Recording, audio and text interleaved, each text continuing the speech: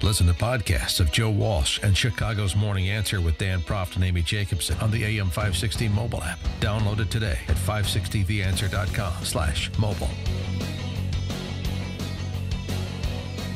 Good morning, Dan and Amy. Amy, this story comes to us from Campus Reform. The University of Minnesota has invited the distinguished anthropology professor from Beloit College, one Lisa Anderson-Levy, to have a grown-up conversation about whiteness on campus, how whiteness is an existential threat to the United States. She argues that whiteness is violence. What are we going to do with the white people then if the very fact of being white is violence? More shaming. Intrinsically violent.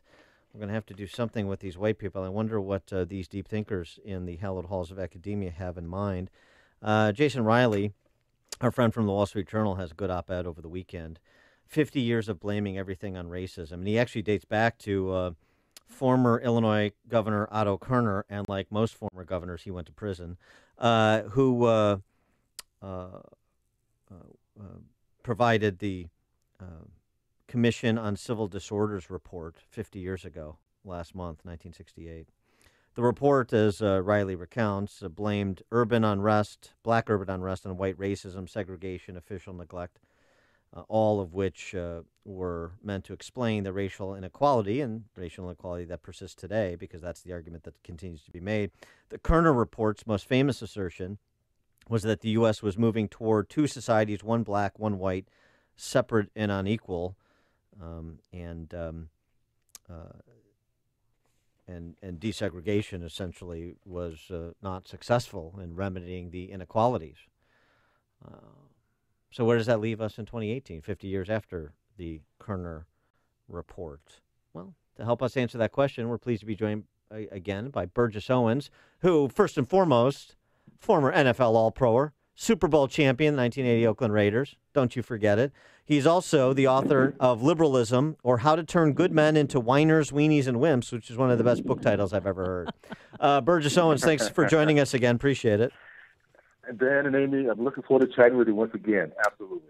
So what about the assertions that were made by Jason Riley in his piece in the Journal about kind of 50 years of blaming everything on racism, and it sort of just freezing time, taking the findings of the Kerner report and just continuing to make the same arguments despite a lot of changes that have occurred over that 50 years? Well, first of all, Jason's article is spot on, as are most of the black conservatives out there that understand a little bit about history. What I can't emphasize enough as we've had this discussion is that we're in the fight for the heart and soul of our nation, and it is not black and white, as the leftists would like us to believe. It's actually our Judeo-Christian values and pride in our history, understanding our history, versus the Marxist socialism and atheism, which would love to divide us and love for us not to know what our history is all about. And there's a really quick backdrop with this whole thing about whiteness. I've never seen this bold racism that's actually being promoted and accepted by both blacks and whites who would love to divide us. For those who want to continue to apologize for our past history, let me suggest you do a little history, do a little study, get Google a little bit, and understand that our country is the greatest in the history of mankind because of what we've done together. And as individual cultures, what we've done. The black community in the 40s, 50s, and 60s, early 60s, led our nation in terms of the growth of our middle class, led our nation in terms of men committed to marriage, it was 70%, led our nation in terms of entrepreneurs, 40%, led our country in terms of men committed to higher education. So it's not that we, by the color of our skin, cannot produce or compete or win. It's policies, it's democratic, socialist, Marxist policies that's been put into our community that's allowed misery to be a strategy, a policy. And you see it in Chicago, Detroit, Baltimore, Ferguson, any place that's let this run and reign, you see misery. So don't blame it on this color of our skin.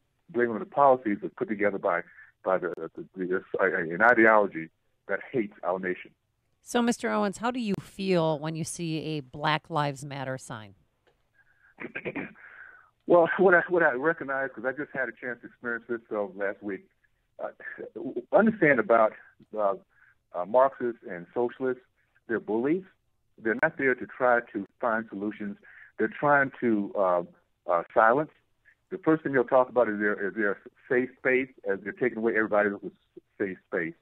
At the end of the day, the way we win as a nation is we debate, we talk, we educate ourselves. We sit down and try to figure out solutions, even though we might not agree on everything. When we have a common goal, which is how do we improve our nation, how do we improve our races, how do we improve our people, if that is a focus, the goal of our nation, then we'll come up with the right solutions. Unfortunately, with socialists, it's always class over race, class over country. And so you're never going to have the solutions from these Black Lives Matter people. First of all, they've not been educated. They've been turned into little Marxists. And so they're not going to come up with answers. They're going to come up with a lot of anger, pointing fingers, and asking for excuses and apologies. How do you react to the apparent relative close and continuingly close associations between a bunch of members of the Black Democrat members of the Black Caucus in Congress and Louis Farrakhan, and the media's effort to basically ignore this story, even as we find Keith Ellison, the deputy director of the DNC, deputy chairman of the DNC, lying about his continuing relationship with Minister Farrakhan, including, as confirmed by another fellow Farrakhan friend, Andre Carson of Indiana. So you basically have these 8 legislators, at least, all members of the Black Caucus, that, and as well as some organizers of these women's marches and so forth, the PHAT marches and so forth, that are basically running cover for Louis Farrakhan's virulent anti-Semitism. Well, I understand, again, when I start off talking about the fact that it's not a black and white issue, it's true an ideology that we're fighting for the heart and soul of our nation. One thing about the Black Caucus, and I need to make this very, very clear, we've had in our history of our race a fight against white supremacists. They have not been able to do a thing against us other than get us motivated, focused, and winning. That's what happened when we go up against those guys. The greatest threat we have is a race or these black elitists. It's the black congressional Congress, these Marxists who vote every single time they can against the progress of our race, where they sit and they live a very good life. So that's the first thing. First of all, don't expect very much of the black congressional caucus. They haven't done anything for 50 years and they never will. The other part of it is I'm asking, where are the black Christian leaders? Mm-hmm. We have our race being turned into racists while we sit back and watch it happen silently. For those of us who believe there's a God in heaven, believe in Jesus Christ, there are Christians that are supposed to put our faith before anything else. It's time for us to stand up and man up. We have our young people being turned into racists by people like Farrakhan and other racist people. One thing I can say is I grew up down south.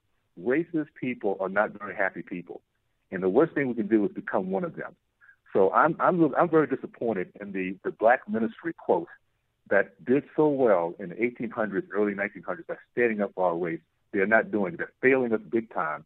So either leave the pulpit or find your guts and let's stand up and, for the right things and tell our people where we find our truth and happiness. And it's not following people like Farrakhan. For those of us who don't remember your background and what brought you to conservatism, was there something in particular that happened? Yeah, well, actually, I grew up down south, and I believe at the core of our race is a conservative base. Most black Americans have a conservative foundation, but we've been trained in radical or been trained to vote for Democrats. I was one of those. In college, I voted for Democrats, Jimmy Carter, but what happened was I left the NFL, and I got into business myself. I failed big time, and I began to realize that this is the one place you can start all over again.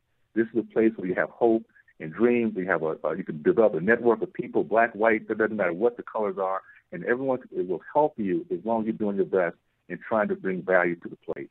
So I realized, first of all, that we have a party that's been anti-black from the very beginning. The socialists, segregationists, slavery, everything you possibly think of that's been against our race, the Democratic Party has been the genesis of that. So when I realized that, I became a conservative, and I'm now one with a very big, large capital C, to say the least. I love our country. I love the values that our Judeo-Christian values traditions brought to us.